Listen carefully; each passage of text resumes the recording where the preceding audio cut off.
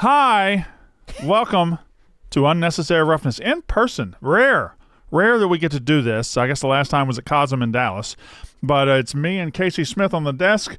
Over there on the couch, you got Big Ev and Blutman. We'll turn the camera over to them in just a second. But they're over there, I promise you. Trust me, Blutman and Big Ev are over there. While we're getting everything going, high noon. There we are. There we are. Look at those boys. Hey, sexy boys. I don't know if I've ever seen Liam's eyebrows move that way. Yeah, he's he's freshly ready for a new for a new week of college football. By Sunday night, he'll look like just a wrecked sandwich, just a half-eaten sandwich. I will say the amount of like text messages that I get from like my friends when I put up the picture after the reaction, they're like, "You're sure he's good?" I'm like, "Yeah, he just lives it. He lives and breathes college football." He's actually never been better. He just had like his best day ever every Saturday. He's the number one ball watcher in the world. That's what the number one ball watcher does for the people. The number one ball watcher also. I don't know if Liam's a big high noon person, but I know Ev is a big high noon person. Liam loves high noon, I would say, just because it's our sponsor, Brandon Walker. This office is very clean because of the upfronts, but there are still high noon boxes everywhere. Yeah, it makes me so happy. We did the Barstool College Football Show earlier this morning. There was a nice tea right in front of me, and I had to stop myself because I was like, it is 8 a.m. You cannot open that high noon. But if it was on a Saturday, that 8 a.m. high noon iced tea would hit. I mean, I opened it. You didn't need to because I opened it. I drank it. It was delicious, as always. As always. At high noon. So the End Zone pack is only the fall exclusive. It has pear, cranberry, black cherry, and grapefruit. And once the fall is over, that one is gone. We'll have a new winter pack. Again, I've heard some rumors. The winter pack's going to be good. HighNoonSunsips.com. You know where to find them. Everyone knows where to find High Noon. We don't need to tell the people, but tell the people. I can't tell them. Well, no, you can't. Everyone knows where to find High Noon. HighNoonSpirits.com, of course. Yes. All right, so we have got college football week, whatever it is. I always 9. Past week 3. I just whatever. The number doesn't matter anymore. Last week of October. We're just deep into it. We got 1 month left. I see. I know, but like, that's where I don't like it. It goes so fast. It goes so fast. It's week 9. We're about to hit the second. No, second, third. I don't know. We're about to. It's a 9. Almost double digits. Thanks. 9 is the second third. Is that what you were trying? I don't know what I was trying to say. Whatever. I don't know what I was trying to say. Anyway. And to go back to what we've been saying though. Yep. This is why the 12-team playoff is so good. Because at this point, going into week 9 in years past, a lot of teams that we're going to talk about today would not matter. They might matter for a better bowl game. They might matter in their own heads. They matter for the playoff. This week right here, I don't think we have that. We don't have Texas, Georgia. We don't have Ohio State, Oregon. We don't have that game that we're like, everybody's tuning in, and this is what the weekend's about. We do have a lot of think about the circus. Okay, I'm thinking about the circus. The circus, you have this one big, gigantic circus and a big, big top. But you also have, in the circus world, you have these smaller circuses that go around regionally and this town has a circus today, and the next week there's just little smaller circuses all over the country. Hold on. Like regional circuses? Think about. What are you talking about? Think about pizzas. Think about spaceships. Think about. What are you talking about? What am I trying to do? Think about college football. Okay? Sometimes you have a huge, gigantic game, and then sometimes you have like 6 to 8 pretty big games, and that's what we have here. Okay. I have no idea how pizza comes into that. I was trying to figure out a metaphor, and I never quite got there. We might not have like the Lambos pulling up. He's about to drop one. But we got a few Beamers floating around. Yeah, see? See how easy that was? Couple Benzes. Yeah. We don't have like maybe the like a Lexus. Right. A couple Lexus games out there this weekend. Let me put this into even some nice Toyota 4Runner games. Yeah. Let me put this into. I feel like the men in here, the men that are Ford Explorer, brand new Ford Explorer. You don't have like the number one supermodel walking into the club. Like you don't have like the it girl, but you've got a bunch of like solid 8 and 9s that are all hanging out together. You've even got a couple of maybe some 7s that are looking really good. You don't have the one girl, but you got a few of them that are all looking pretty nice. A lot of 6s and 7s with great personality. Yeah. And they're throwing ass. Yeah, and big old titties. I know. Yep. But you could make the argument that's better because there's more drama to go around. Yeah. You just got the one. Now, granted, Texas, Georgia gave us a lot of drama, but I'm just saying some dramatic things coming up maybe. Blutman, did you have a metaphor you want to drop? It's a UFO. It's a UFO. That's all I could think of. Spaceships, UFO. Well, there's got to be a great game somewhere you ain't expecting. Correct. That's a UFO. You have no idea. Just come out of nowhere. Just on the horizon. You're just driving along at night, and then, fuck, was that a good game? Flying saucer. Any metaphor can work, Casey. I got to give credit. I didn't know where that was going, and he landed the plane beautiful. No, I did not think that Very was landing nicely. that. I was like, this man is on Mars. Everything can be a metaphor for He's a golf. Martian. So this week you've got LSU A&M, probably the marquee game in the SEC. You've got we do something. We do the Barstool College Football Show, right? It comes out Thursday night, so there's not going to be any surprises, right? What day is Today's Thursday. It comes out tonight. Yes. Okay. So we always preview 5 games. Mm-hmm. We previewed LSU A&M, Navy Notre Dame, Oregon, Illinois. We did not preview Missouri and Alabama. Imagine thinking that a couple of weeks ago, that Missouri Alabama wouldn't be on. Now, still a ranked on ranked matchup, but that's another. Like that's an elimination game. Yep. If Missouri loses that game, they don't have the schedule to give them enough wins to be in the playoff. They're not very good to begin with. No, they're not. Alabama loses that game.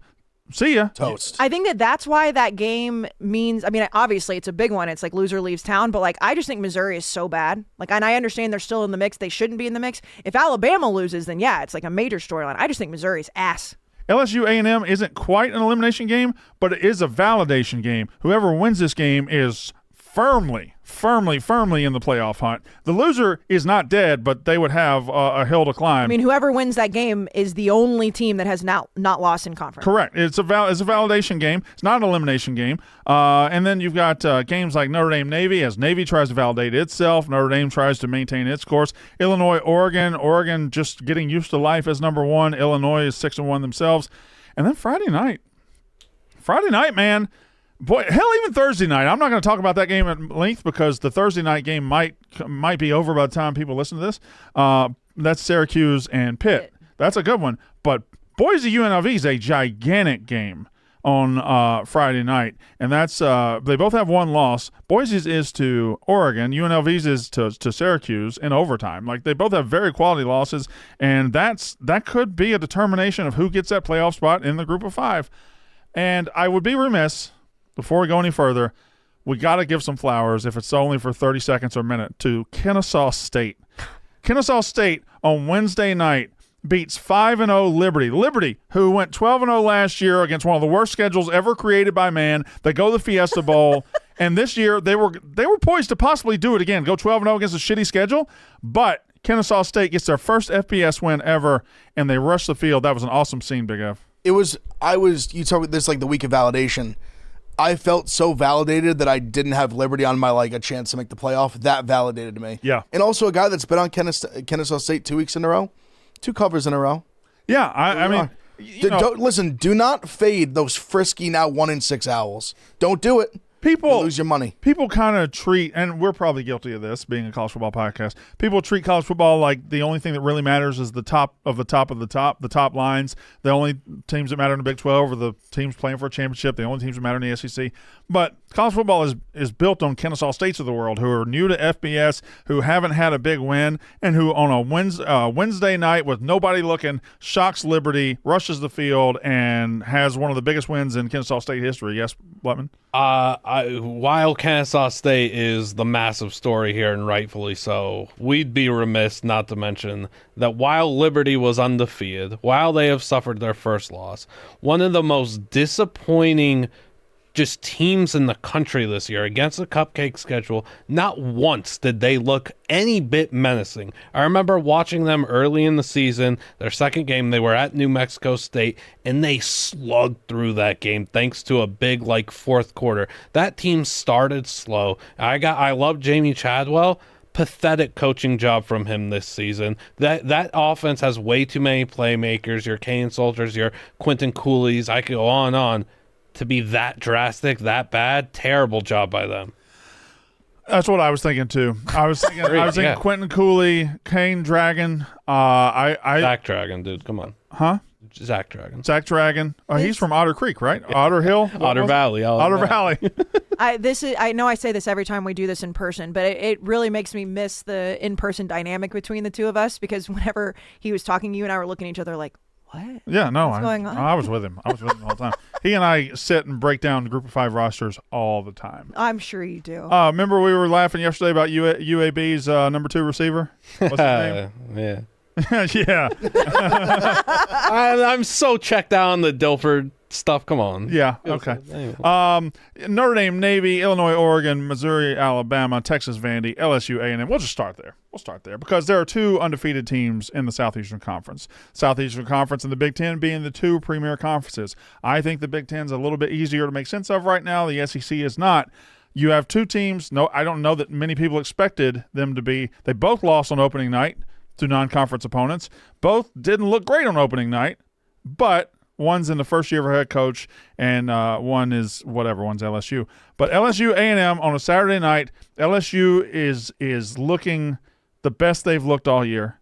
They beat Ole Miss a couple of weeks ago in a game they probably should have won, and then they kill Arkansas. Now they come into this spot. Nussmeier's playing well. The offense is playing well. And A&M has just kind of been, ever since the loss to Notre Dame, just been quietly plugging along.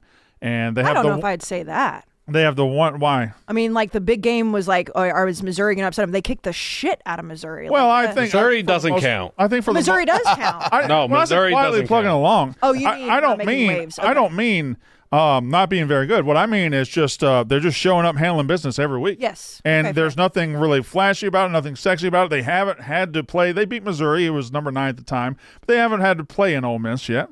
But they have showed up, taking care of their business. They've beaten Florida. They've beaten Mississippi State. They've beaten Missouri, killed them. So they are In Arkansas. they're having a good season. Mm-hmm.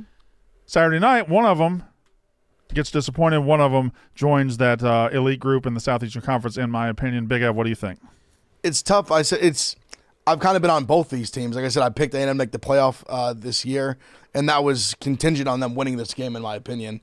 Like you said, like either team they lose, they're not dead, but they have to win out to have any chance. And even that, you never know if that ends up being enough with how things play out. I think I just trust Nussmeier a little bit more. I trust the offensive line. It is a fascinating match. We have this great pass rush, this great D line versus this like elite offensive line. Yeah. So kind of like it might be like cliche, kind of whoever wins that battle, I think is going to kind of win the game. Also, A&M is just kind of like, for some reason, you talk about home field advantage all the time. They just kind of haven't come through in these spots at home. Yeah. So that scares me. I was on them against Notre Dame, ended with egg on my face. I'm picking LSU to win the game and win the game. But it's the game. It's definitely like the premier game of the weekend by far. Blutman, he mentioned something, but that matchup between the Texas A&M pass rush with Scarton and a couple other guys against the offensive line of LSU, Nussmeier just doesn't get sacked much. Talk about that one a little bit. Yeah, it was Fornelli's tweet out through week 8. Nussmeier's been pressured on 64 of his 287 dropbacks. He's been sacked 1 time. Second in the country is New Mexico's Devin Dampier, no biggie. Garrett Nussmeier is just dang good. I think he does a really it's like a big testament to the offensive line. Will Campbell's an anchor and everything. Offensive line plays well, but Nussmeier knows when to get rid of a ball and what to do with it. He's never phased. He's never making that college kid play where he's just making those silly, goofy mistakes. Yeah. He's on a mission. And he's under control. I love watching Nussmeier, and I think C.J. Daniels being healthy in the receiver room opens up a lot of things for them, because now you've got to worry about defending Kyron Lacey's footwork, C.J. Daniels' great hands, and Aaron Anderson after a catch. They're dangerous. You're playing a really good LSU team that I think is figuring things out. I think I got 2 points on Casey's behalf right here before I turn it over to Casey. Okay, Big Ev, you said something about A&M just historically not winning in this spot. Number one is this is the first year of Mike Elko. A lot of that history is under other coaches. Jimbo Fisher, who didn't win in very many spots at all. And then number 2 is Brian Kelly doesn't win in these spots. That was number 2, yeah.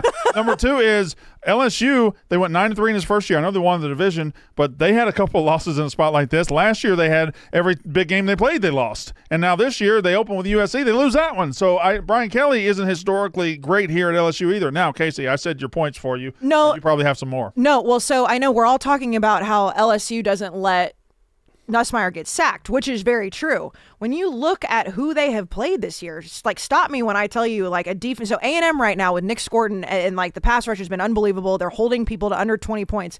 Like LSU this year has played USC, right? Shit defense. Yeah. Nichols, South Carolina, not a good defense. UCLA, no defense. South Alabama, Ole Miss, and then Arkansas. Well, so, let me stop you there. I have two. but not as good as A&M. Ole Miss and South Carolina's defensive fronts are very good. I was going to say South Carolina's front four. Okay, I'll give. And Ole Miss's front four is pretty. We're acting like they've been playing Georgia's defense. Like they're like, well, I mean, A&M's not going to be able to get to him. Yeah. Like, yes, they have a very good offensive line. Yes, he's not getting sacked. But like every time I start hearing that, it's like A&M has one of the best defenses in the SEC. They lost to Notre Dame. I feel like this conversation. And listen, week 1, crazy things happen. We talk about like Clemson lost to Georgia in embarrassing fashion in week 1. Nobody is like, well, I don't believe in Clemson. Like if A&M would have beat Notre Dame, which I know is big if because it didn't happen. Like I don't feel like anybody would be sitting here like, well, I don't know. LSU's like, it's like you guys aren't giving A&M's defense credit. Oh, I am. No, I wanted to say that because their defense in the Notre Dame game played incredibly well.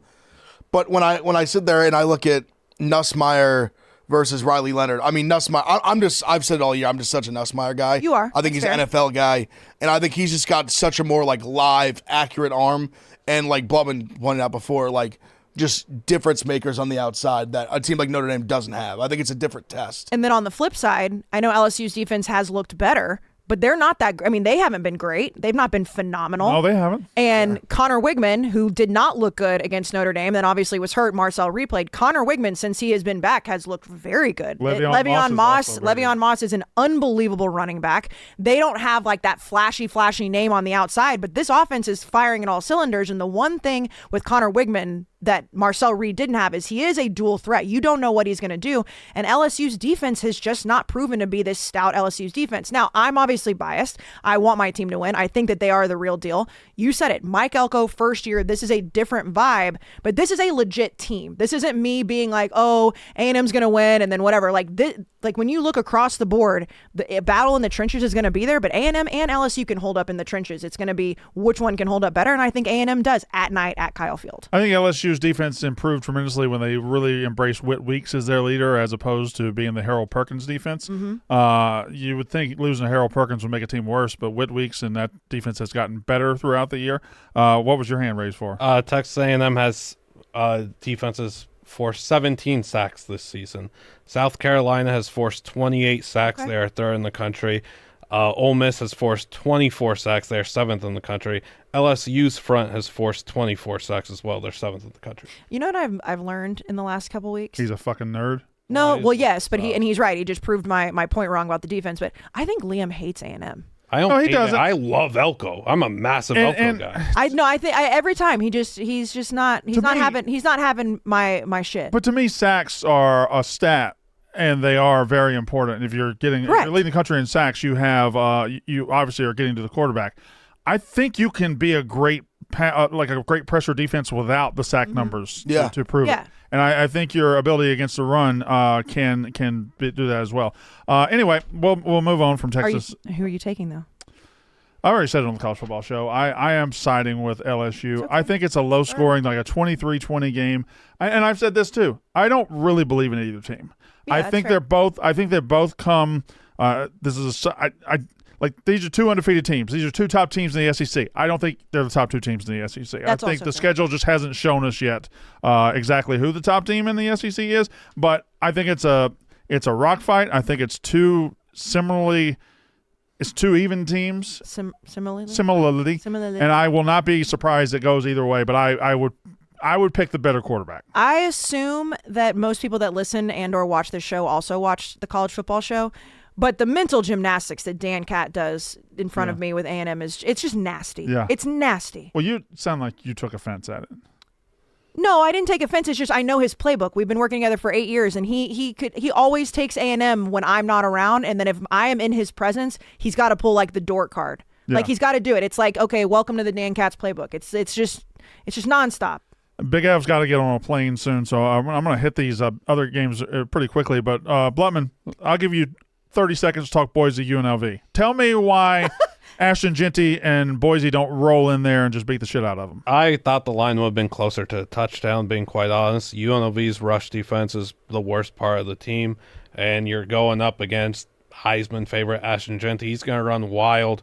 The key here for UNLV, winning the coin toss, taking ball first, going down, scoring 7. All right, Rico. No, I'm being dead serious. Okay. You have to go win the coin toss, get your 7 early, and play in front. You can't play behind. What teams have been able to do against UNLV is ball control and put pressure on the offense and now make their offense play faster than they want to, and their defense out there all the time. They can't do that. They have to get ahead. And, yeah, I mean, it's going to be a great game. I can't wait to watch. I'm rooting for UNLV, but I'm also rooting for Ashton Genty Heisman ticket. Notre Dame and Navy. Notre Dame's 13.5-point favorites. Navy and Army have been a huge story of the season. They're both 7-0. I've said it before. I'll say it again. Neither team has played anybody yet. They're both destroying everybody they play. But we know that Navy and Army both play. Saying Navy and Army just isn't right. Army and You Navy. have to say Army Navy. But first time they both. But Navy plays them first. First time they've both been ranked since the Eisenhower presidency. That is correct, Kayce. Thank you. That is exactly right. So smart. Wow. Good for you. Thank you. Look at me knowing my trivia. You're such a bitch. Look at me knowing my trivia. So Notre Dame, Navy. We all, I think, kind of want to live in a world where Army and Navy both knock off Notre Dame, and it's hilarious. And no, it's, I don't. I don't. Okay, I do. Well, I know why you don't. I know why you don't. I don't. And I understand. If I was you, I wouldn't either. So okay, not. but we all kind of want to live in that world. I don't believe we're going to live in that world. I think Notre Dame handles them pretty easily, but you don't think that, Big F. No, I was smirking because I want to swan dive in that world. I want to bathe. Right, yeah. I want to just let it just fall on me like a shower. Now, you grabbed Army early, and you've been very consistent saying that Army's going to beat Notre Dame. Yep. Well, Navy gets the first shot at them. Can Navy beat Notre Dame? I'm worried about their run defense. That's what scares me the most. I think they might get bullied. Their defensive line is very. I mean, they've got ran on by quite a few teams with not nearly as good offensive lines as Notre Dame. So that's my biggest concern in the game. I almost feel a little bit kind of what Blutman just said about UNLV is almost how I feel about Navy. Or like they need to get in front early because if they get behind, they're going to be in trouble. I like that they can throw the ball a little more than they've been able to in the past. But yeah, I'm worried about them getting bullied. I also just Army. I'm more bullish on Army because I just think Army's better. Like just eye test when I see them, like they just look more like they would have an ability to hang with the big dogs in the Navy. Because Navy's let up a ton of points. They've let a lot of teams score on them quite a bit, so that's what worries me a lot. I honestly like the over. Yeah. Because I really think Notre Dame's going to get theirs on the ground. They're going to get pretty much what they want. But I think Navy's also going to be able to score. So I like the over more than anything. I'll almost take Navy as like a I just hate Notre Dame pick. Yeah.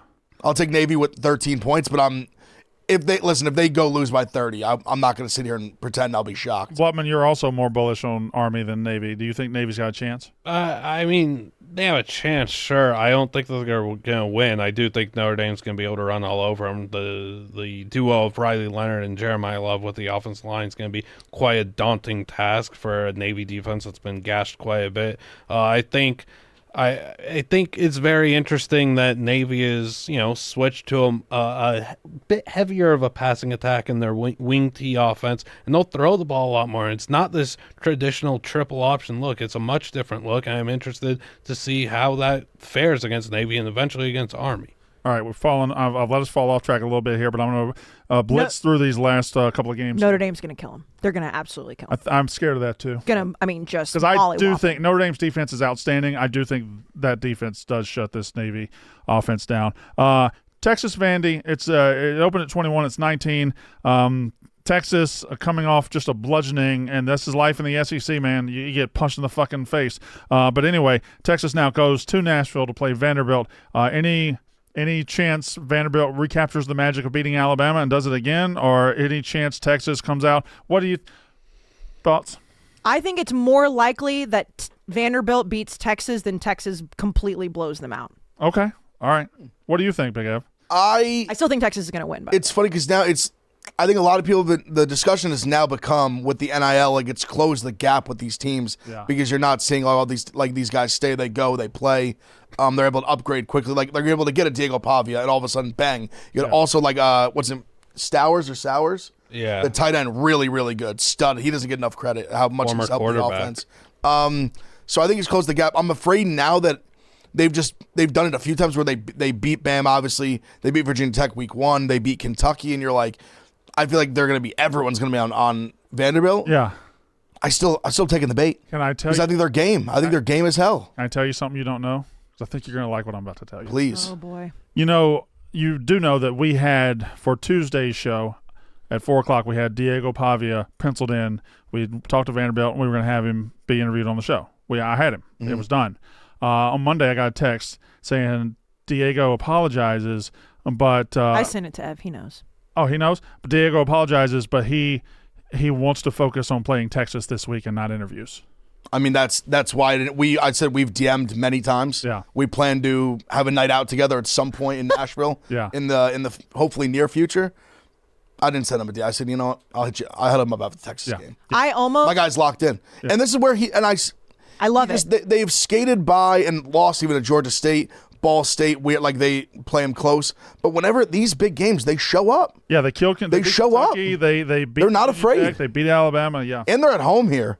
They're not afraid at all. I think that belief and confidence that's been instilled in them by beating Bama and beating Kentucky, beating Virginia Tech in all 3 of those games, not flukes, and they were winning the entire game. That's right. All 3, winning the whole game.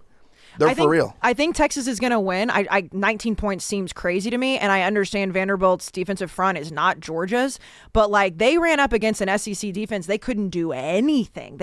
Texas just looked awful, and I just think, that's just too many points for a Vanderbilt team that it wasn't a fluke versus Alabama. Vanderbilt has proven they can hang in these games, and like you said, they're just not scared. They don't give a shit who's on the other side of that field. The only thing that scares me is it's just shocking that it's that many points. So why is it that many points? That's the only thing that scares me, but I do like Vanderbilt. What was the line for Alabama? Wasn't it 24, 25? Yeah, so it was 24-ish, something like that. 23 and a half, I think, maybe. Last one, and then we'll get to our categories. But Illinois, Oregon, Illinois 6-1, just beat Michigan. They go on the road to face a Oregon team getting used to life as number 1. That's around the same thing, 21, 19, somewhere around in there. 21. Any thoughts Illinois can go out there and compete? Because I think this might be an Oregon flex job right here. I don't think Illinois has a chance. It's just, can Bielema, can they go muck it up? Can the secondary hang with these receivers? There's Illinois secondary been really good, so maybe can they go put some pressure on Tez Johnson and Evan Stewart? Maybe. I think I think if you're I don't think they win. I don't think they really have a chance to win. Can they go cover and muck it up in a game kind of like the Penn State game where even Penn State probably should have won by more? I don't think they have a real chance. No, the big game that we thought was Nebraska. Nebraska's ass. Yeah. And they should have lost that game, to be honest, too. Nebraska lost to Purdue. Yeah. People and I forget one of their big wins was a ranked Kansas team. Yeah. Yeah, that's a good point. Oregon just started firing on all cylinders against Ohio State. They're a much better team, and even just saying Tez Johnson and Evan Stewart, Illinois has no answer for that offense, in my opinion. All right, let's do some business, and then we'll go to the categories. You got your pork rinds back, or are they still in the car? They're in the car. On the Tuesday, go run again for you? Nah, they know I love pork rinds. Yeah, pork rinds. Porkrinds.com. On the Tuesday episode, I mentioned that because the office was cleaned up for the upfronts, that all of Brandon's food got shoved into his car. But that's okay, because I'm going to go out to your car after we're done before I shoot the NFL show and get some pork rinds. We love it. The Southern recipe pork rinds are our best friends. They have very little carbs, literally less than 1 gram of carb per serving. So it's basically 0. Lots of protein. The crunch is so good. The flavor is so good. The spicy dill, the hot honey, the sweet barbecue. And then, of course, throughout the year, we've been talking about this, but any collegiate player that's voted on by the fans is the Crunch Time Hero of the Week award, and whoever wins gets a trophy. I didn't even. We deserve a trophy, by the way. We'll get one. Did you get me a trophy for my worst tweet of the week? Oh fuck, I forgot about that. No, I'll get on that. Crunch on some Southern recipe pork rinds and find your Crunch Time Hero at porkrinds.com. They're also at Kroger, HEB, Food Lion, and much more. That is porkrinds.com. Pork rinds are a force. They are a force, just as much of a force as Colorado. What's my trophy going to look like? I don't know. Probably just be a phone. You have to give it to me before I leave Chicago, though, so I can display it on Saturday night. I'll figure it out. All right. I need you promised me an award. I know. It's a prestigious award. I promise you a gift, and I haven't given it to you. I apologize. And I'm going to be gunning for that award. I know you will. Are we going to all start trying? Everybody's eligible. I tried last week. As long as A&M and Colorado are playing football, I'm going to say dumb shit. If you got a chance to do it, huh? And it's not dumb, by the way, but people will see it as dumb. If A&M beats LSU, just go ahead and give me that award now. You wait for that tweet if A&M beats LSU. The Liam Blutman Memorial Cover Your Eyes Game of the Week. We'll start with that. The Cover Your Eyes Game of the Week. Big Ev, start us off with the categories. This is one, if you asked me, like, beginning of the season, I would never have thought they'd be in this spot. But here we are. Utah, Houston. Yeah. Oh. PU. Yeah. Zach Wilson's brother. I won't even say his name. It's so gross. And then we have Donovan Smith, who had a lot of promise a couple years ago, and he has been atrocious. Yeah. 4 touchdowns, 8 picks. Bad. The total is 36.5. You would have never thunk it. Oh, Utah, Houston. 36.5 is crazy. Yuck. The ghost of Cam Rising is not leaving a good Utah in his wake. Blutman, who's your Liam Blutman Memorial Cover Your Eyes Game of the Week? Yeah, I'm going to keep it simple with you, Playboy. It's Auburn at Kentucky. Ugh. And that's it. The glasses on, too. Get the hater blockers on. Cover those eyes. Yeah. Kayce, the Liam Blutman Playboy? Playboy? The Liam, you know the category. I think I like Playboy better than Playa. Yeah. Well, Playboy is so much fun. Playboy had some stank on it. Especially because the way he said boy. Mine's Northwestern Iowa. I mean, I don't feel like I need to explain that. That is disgusting. I know Iowa has scored some more points this year than they normally do, but yuck. Who the fuck cares about that game? Liam, I know you are the number one ball watcher in the world since 2017. I think that streak may be in jeopardy because I don't even think you want to watch 1-6 Utah State and 1-6 Wyoming. I know we've talked about this team a lot. They were in the Barstool Sports Bowl 2 years in a row. Yes, they were. Both years that we went out there and did the bowl, Wyoming was there. I went to Laramie twice to interview their players. You almost died on a bowl. I love it out there. Like it's a beautiful place. I love the team. I love everything, the cowboy code and all that shit. I love it. Wyoming this year is sneaky one of the worst teams in the country. They're 1-6. They have no offense whatsoever. They are terrible. Utah State, Wyoming. You're not even watching that. I'll watch it. I can't get enough of Utah State wide receiver Jalen Royals. I think he's a star. I think he's going to be a legit NFL receiver in a few years. And I really like Ike Larson at safety. Can I say something? I know. The glasses look phenomenal on him. That amplified Liam. He just showed up one day with them on. No, someone sent me that. I know, but you still just showed up with them on. Oh, like, yeah. I need this, like, I mean, again, I know we have more downloads, more listens than views on YouTube. You guys got to go to YouTube. Blutman looks cool as fuck now. Somebody said he looks like Mitch Hedberg. He does look like Mitch Hedberg. Well, you know what he also looks like? You know, in like the movie Blow, like there's always like the side character that's like got some like crazy glasses on and just sits in silence, but like looks cool as fuck. That's what Liam looks like right now. What game has 2 overtime potential this week? And I know if I know my boy, Big Ev's fucking got it. He's got it this week. Ooh, I wonder if it's the one I got. Tell me, Big Ev. Brandon? Yeah. I did it. He did it. I did it. I found it. You're going to be sitting on your couch. It's going to be clock's about to strike midnight. Yeah. Oh, nope. There's going to be a kickoff between Nevada and Hawaii. Uh-huh. And if you have the gusto, the moxie, to be on the East Coast at about 3 a.m. watching ball, you're going to be because overtime in this game just started between Nevada Wolfpack and the Hawaii Rainbow Warriors. It's going double overtime, at least 2 OTs. I like that one a lot, and that's one of those games that Big Ev will have to tell me it went to 2 OTs on like Tuesday. We'll be done recording our recap, and the second half will be starting, and I'll be watching. Blutman, who's your 2 overtime game? Man, I went with New Mexico, Colorado State, high scoring affair. New Mexico State defense can't stop anything, but that offense, box office. Devin Dampier, such a playmaker. I love watching him. He's going to be a Power 4 next season. Give me that going to 6 overtimes. No, probably. Kayce, 2 overtime potential. It's going to be Oklahoma State and Baylor. Nobody's going to be able to watch it. Well, I guess on ESPN Plus. But Oklahoma State looking for their first Big 12 win, which is crazy. And then Baylor, if I remember correctly, or if I read this correctly, I could be wrong, but I don't think I am, hasn't won a Big 12 game at home in like 2 seasons. Yeah. Just gross football. No one cares about this. But this is one of those games that we're going to look up, like if you're gambling on it and you're going to be like, why did I not take the over? It's just going to be a lot of points, just 2 bad football teams. Mine is it's under the radar. It's the most under the radar this game's been in a long time. Just give me Michigan State and Michigan just punching each other back and forth. Weird ass shit's happened in this rivalry the last 3 years. You had the Kenneth Walker game with the comeback a couple of years ago. You had the tunnel fight, like all kind of shit. Can I see them just playing a 3 overtime? Just a Donnybrook? Yeah, I can see that. So I got Michigan State. I got news for you, Brandon. What? I think Michigan State kills them.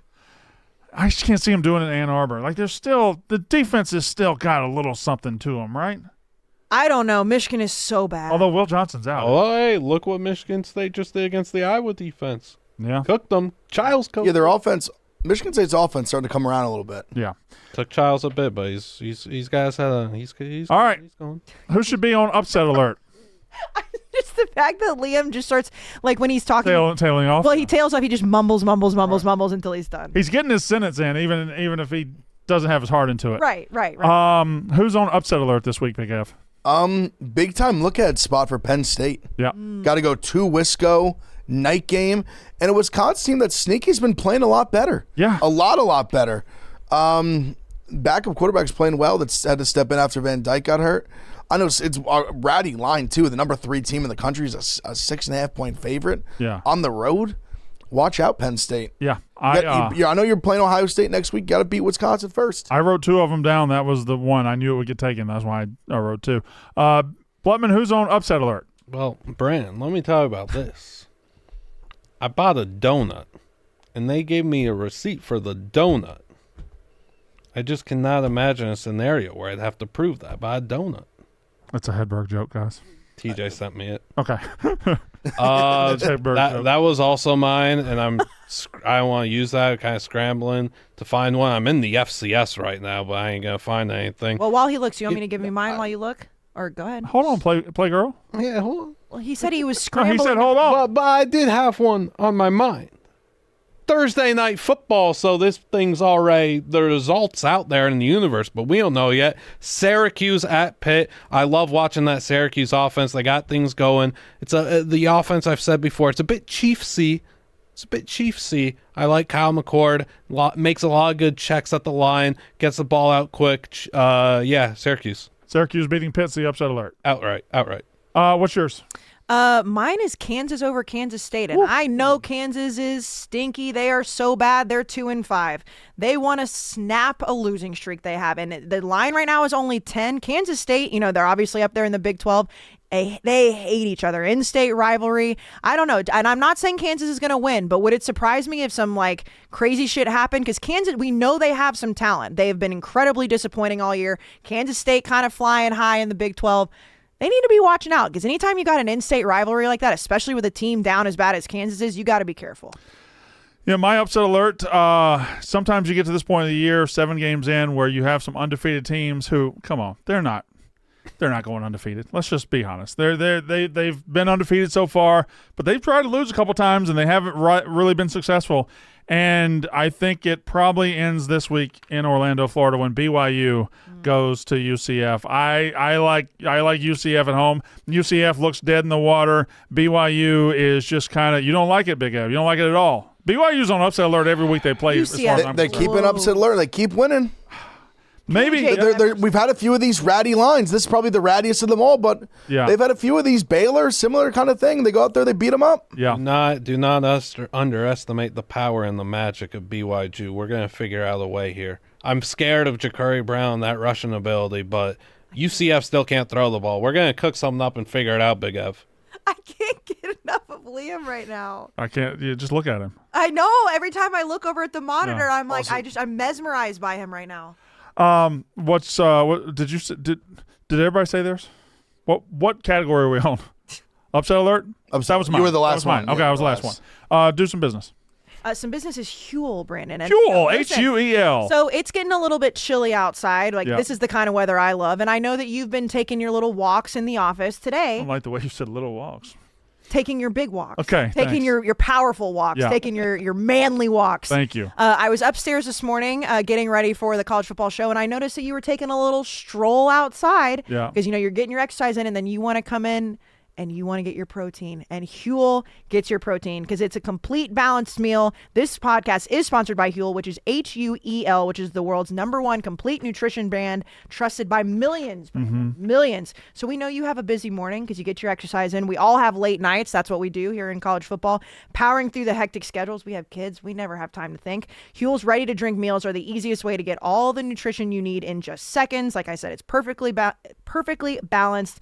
And anytime you have to have no prep, no cooking, you want to have it. Say goodbye to that hangry, unsatisfying snack. Grab a Huel instead. They've got the chocolate and the vanilla, and Brandon bonus, very low in sugar. Yep. They That's taste like huge. milkshakes, too. They do. They taste like milkshakes. And that's the thing. A lot of these protein meals out there, they have a ton of sugar. So it's like going against it, not Huel. So if you go to Huel, my.huel.com/UR15. So again, that's UR15 at my-huel.com/UR15. Unlock a healthier, easier way to eat with Huel. Nutrition, complete meals in just minutes so you can focus on what really matters. That's my.huel.com/UR15. We have 3 more categories. We have the under the radar game. Big Ev, what game is under the radar? Maybe not one of the marquee games, but you better watch it.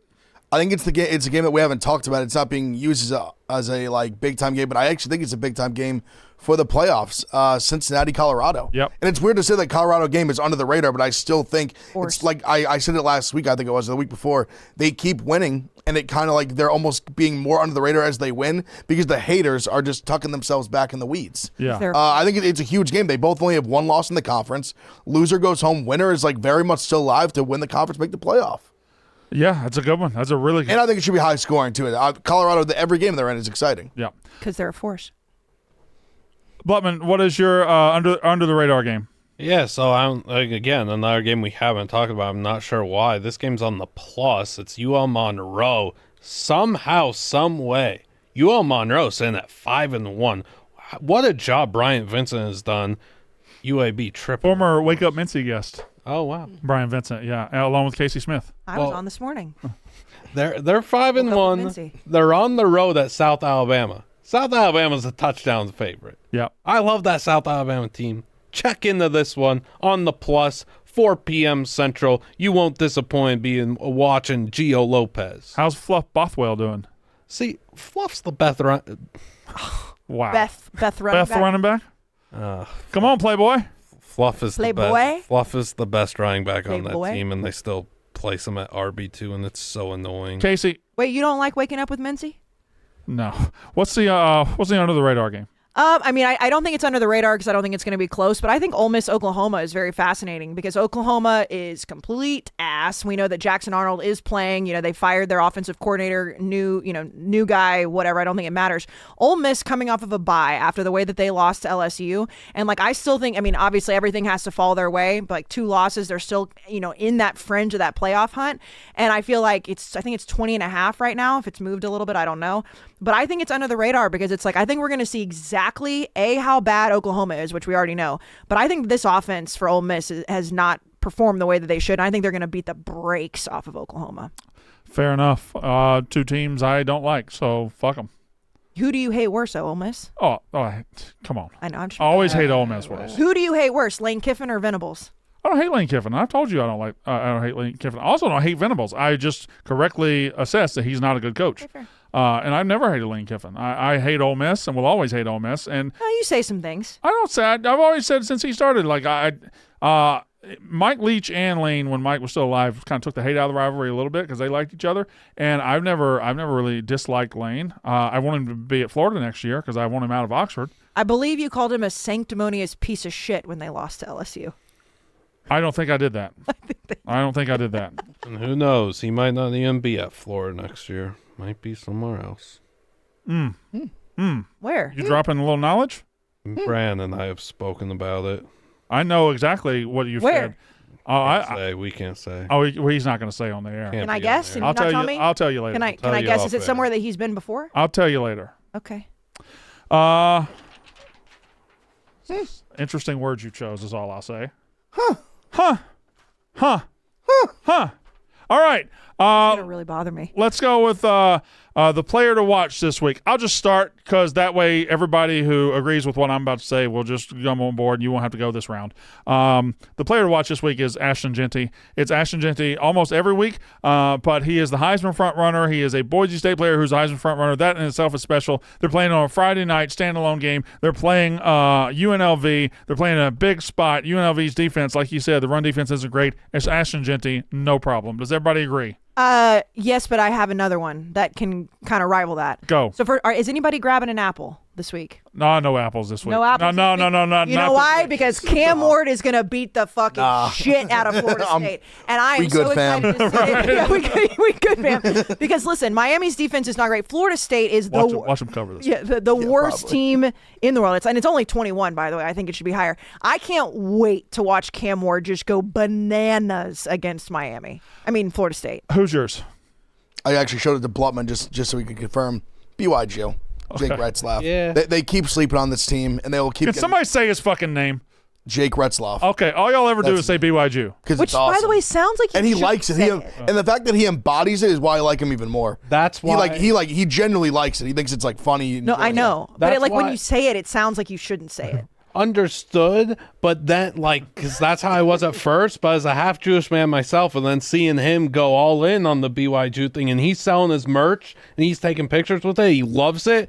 Gotta be all. No, I'm not saying you shouldn't say it, but It sounds like you should if say it. if I say it, like it would feel like I said something I shouldn't. Yeah. Blumman, who's your player to watch? Thursday night, Yassine Willis, running back, Syracuse, 6'1", 226. Ultra thumper. He's their backup running back. 25 for 104 and touchdown this season as a true freshman. He's had ups and downs this year, but I've liked what I've seen from him. I think he's going to be a really good player throughout his career. Friday night, Genty's the obvious pick. There's another star on the other side of the field for UNLV. Ricky White, wide receiver. Elite college football wide receiver with legit NFL potential. And let's talk about this. Special teams guru. Guy has 3 blocked punts on the season, and that's the best player on their team. And he's playing special teams with 3 blocked punts. NFL front offices salivate over that stuff to go with his 46 catches for 614 and 9 touchdowns. Saturday, I kind of split this because one guy hasn't been mentioned yet. I needed to mention him. Whit Weeks, LSU. Yeah. You guys were talking about on College Football Show how this is like the LSU cools and the Texas A&M dorks. Don't do it. And I don't care about any of that. I just know this. When people watch that game on Saturday night, they're going to fall in love with Whit Weeks, and he's going to become a social media sensation, and they're going to love this guy. Freak athlete, great player, and I also gave a nod to the Notre Dame offensive line, the entire unit. Okay. Last category, which game excites you the most this week? Should I even have you go? I mean, no, it's easy. I mean, obviously it's A&M LSU. Done. Period. Point blank. Keep it moving. Big Ev, what's yours? We said I'll give another under the radar TCU Texas Tech. Okay. Fireworks. Yep. Points. Love it. You like offense, you like that game. Love it. Blutman? Yeah, we've talked about it. Big game happening at the Hajj Mahal on Friday night. The winner solidifies themselves as the best team in the Group 5, and the loser is the second best team in the Group 5. Winner has a great path to make the playoff. I cannot wait to see who wins Boise State UNLV. I just hope we get a great game that the players and coaches decide this. Let's not get cute with it. Refs, stay in your lane. Let the players play. Let the boys play. And mine is, I rarely do this. I rarely get selfish on this show. But let's be honest. My Bulldogs, my Mississippi State Bulldogs, don't have a whole lot of spots on the schedule to get wins this year. They got one. Right now, Arkansas coming in, 11:45, sleepy spot on Saturday. Arkansas coming off a loss to LSU. 11:45. I just this Why is is it probably 11:45? there's been a game that's been offset. South Carolina a couple weeks ago was Yeah, offset. they last South Carolina, like it. Oklahoma was 12. Yeah. I'm 12:40. Yeah. Eastern, but yeah. But 11:45, it's a little offset to everything, and we're not, Missouri, we could possibly Missouri, Ole Miss is going to be tough. Tennessee, like we don't have a lot of spots here where we can get an SEC win. Arkansas is coming in, bad head coach. I want to pull the double. I'm going to be selfish. I want to pull the double of Arkansas losing to Mississippi State this week and beating Ole Miss next week, and I will be a Sam Pittman guy for life. I will get fake titties. I will be Sam Pittman all day. And I said this on Tuesday. it's not going to happen. But you have to love Venables, too, if they somehow do that this week. I would. I think I would. You're the heel turn you would do. I think I would get on. I would be on the BV train all day. All right. We got to end it, but before we do, of course, we can't leave you with anything but the Unnecessary Roughness Dog of the Week parlay presented by DraftKings. This week, DraftKings has a college football parlay profit boost. All you have to do is head to the app and opt in. So head to the app now to check out our bet and claim this week's boost. This Unnecessary Roughness parlay has hit 3 times this season. That's pretty damn good. That's crazy. 3 times, and we will now go around the room. Kayce, what's your pick for the Unnecessary Roughness Dog parlay of the week presented by DraftKings? We've already talked about it, so I'm not going to go in depth, but it's Vanderbilt plus 19. Vanderbilt plus 19. Big F. Cincinnati. They're going to shock the world, beat Colorado, put themselves firmly in the playoff race in the Big 12. I've said all year, Cincinnati, very, very underrated team. Sorsby, very, very underrated quarterback. Decent defense. I think it's a good game here. I like Cincinnati plus 5.5. Blutman. We're Ryan the Childs coaster. Michigan State spread. I like the money line, but we're going to go spread. Play it safe. Thank you. I genuinely love watching Aiden Childs play football. I think very highly of him. If I am dismissive of him at times, it's because I am very critical on him because I think he can be a superstar in our sport. Just keep going. Keep your head straight. Let's get going, Childs. All right. So we have Vanderbilt plus 19. We have Cincinnati plus 5. 5.5. 5.5. We have Michigan State plus 3.5. And we have, to round it up, North Texas at home against Tulane. Both 5-2 teams, both pretty solid teams. North Texas, great offense. North Texas plus 7.5. That is mine. And that is the Underdog Parlay of the Week presented by DraftKings. The Unnecessary Roughness Underdog Parlay of the Week presented by DraftKings. Once again, DraftKings has the college football parlay profit boost. All you have to do is head to the app, opt in, head to the app now to check out our bet, claim this week's boost. Big F's going to get on a plane. Casey's going to get on a plane tonight after the pro football show. Me and Blutman will stay here, but we will come next to you Saturday night. I want my trophy. After A&M and LSU, you'll either be happy or sad. Either way, my rant is going to be good. And the haters who say, oh, all she ever does is talk about A&M, bitch, buckle the fuck up, okay? Oh, I like that energy. And speaking of trophies, my trophy budget has been taken up recently because we had to buy that. The 2024 Mac Dynasty champion for Blutman, who won the Mostly Sports Mac Dynasty. Congrats. Shout out Kalamazoo, Western Michigan. That is Unnecessary Roughness. We'll see you next time.